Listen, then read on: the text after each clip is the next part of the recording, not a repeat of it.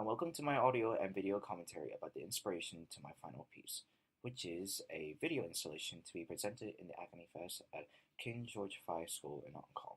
However, the artists I have in this video have different ways of expressing their art, with the inclusion of different uses of media.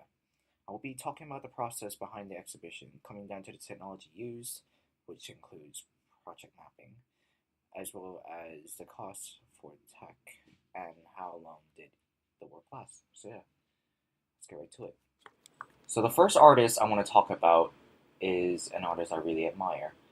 He is named Nobumichi Asai, and his work Kachu Fujitsu, which he uses face tracking and 3D mapping projection, is linked to his continuous project Connected Colors.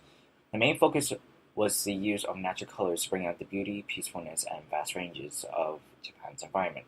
The fact that humans once lived as part of nature and the aesthetics projected onto one's face gives the person who is like the subject of the face mapping a sense of identity and beauty. The technology used for this projection is a 4K or 240p projector to make the design of the projection feel natural and give a fluid constant motion. The team who are in charge of the CGI is mainly from the WoW art department, who specializes in visual or interactive installations. But the ones who are in charge of the projector, the engineers, are one from Cinefocus. However, the projector used for face mapping, which ranks at 1000 FPS, did not flash one. Getting to this position for fluid movement was not easy. As for Inoue Prairie, another project that he was interested in, or he worked on, that involved 3D mapping projection as well.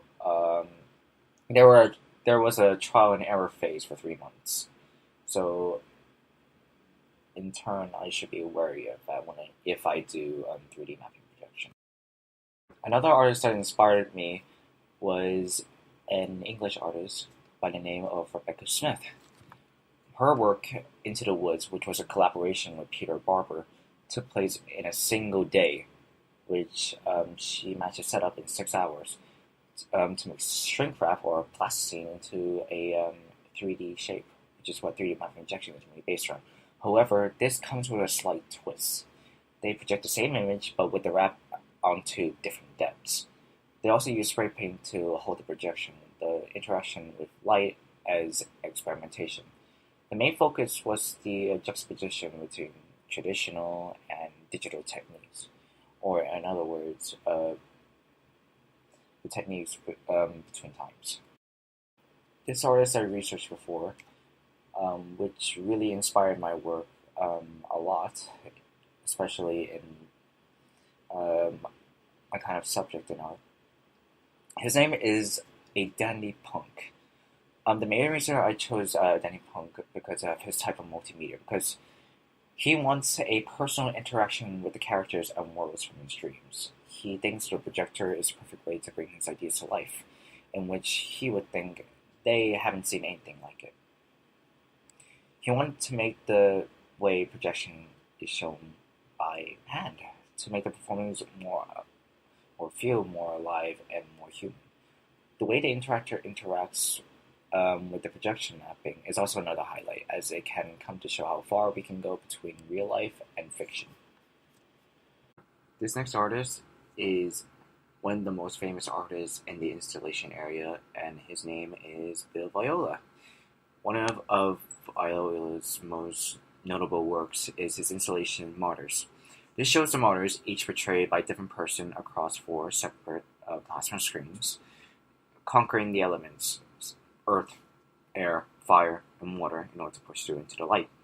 The fact that it has no sound and filmed at different speeds really takes the video from the violence we see on an everyday basis.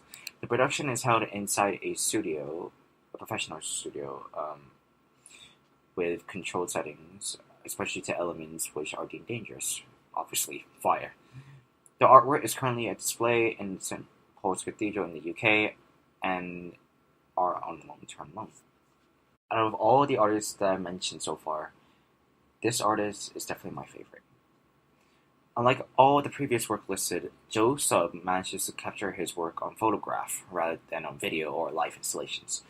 His work mainly focuses on the reinvention of history within Korea's development. But for this work, which is called Who Wants to Live Forever, which is on digital light jet print with a with measurements from 200 to 153 centimeters, published in 2008. He decided to focus on our desires on power, clarity, eternal life, etc., and expresses it in his own way as an artist. He also questions on our true nature, on what we really feel about power, greed, and the needs, to have everything in our command.